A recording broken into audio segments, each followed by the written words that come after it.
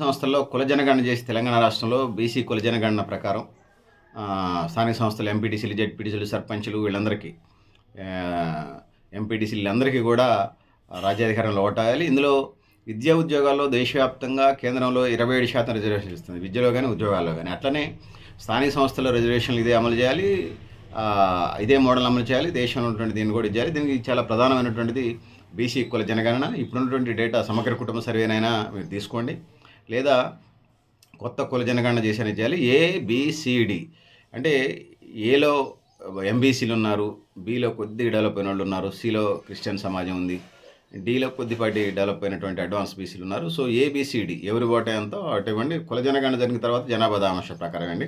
ఇప్పుడైతే ఏబిసిడి విద్యా ఉద్యోగాల్లో ఎట్లయితే ఇస్తున్నారో ఈ స్థానిక సంస్థల్లో కూడా ఆ విధంగా చేయాలనేది మేము ప్రధానంగా చెప్పదలుచుకున్నాం.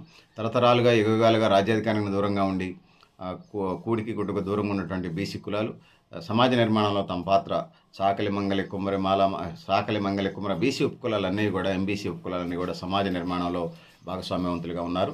So BC, SC, ST, minorities అన్నిట్లలో గ్రామ స్వరాజ్యానికి బాటలు వేయాలి. యువత ముందుకు రావాలి, అందులో భాగస్వాములు కావాలి.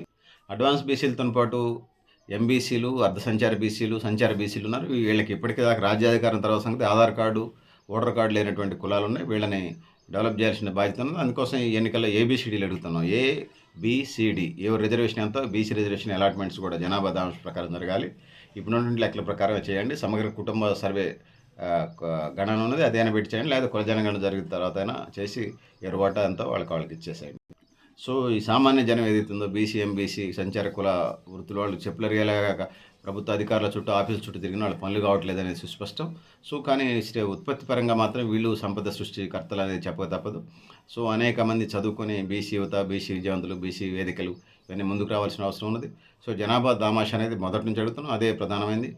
సో ఇంకా దాని తర్వాత బెటర్మెంట్స్ కోసం మళ్ళీ ప్రయత్నం చేస్తాం. మండల కమిషన్ సిఫార్సులు అమలు చేయమని అంటే వేసినటువంటి కమిషన్ సిఫార్సులు అమలు చేసే పరిస్థితి లేదు. చాలా కాలంగా ఈ ఉద్యమాలు జరుగుతున్నా ఆ వైపుగా జరగలేదు.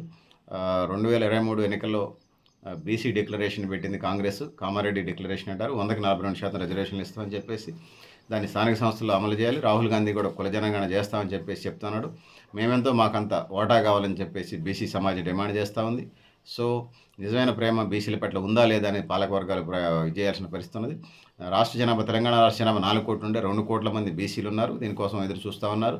దీంతో పాటు బీసీ కార్పొరేషన్లకు ఫర్దర్ కమిటీలను భర్తీ చేయాలి, నిధులు అలాట్మెంట్ చేయాలి, స్వయం ఉపాధి రుణాలు ఇవ్వాలి. ఆ విధంగా డెవలప్మెంట్ చేయడంలో క్రియాశీలమైన పాత్ర ఉండాలని తెలియజేస్తా ఉన్నాను. సో మీరు కూడా మీ అభిప్రాయాలు కామెంట్ బాక్స్లో అయినా తెలియజేస్తున్నాను. నేను గరిడేపల్లి సత్యనారాయణ, న్యూ లక్ష్యార్ని.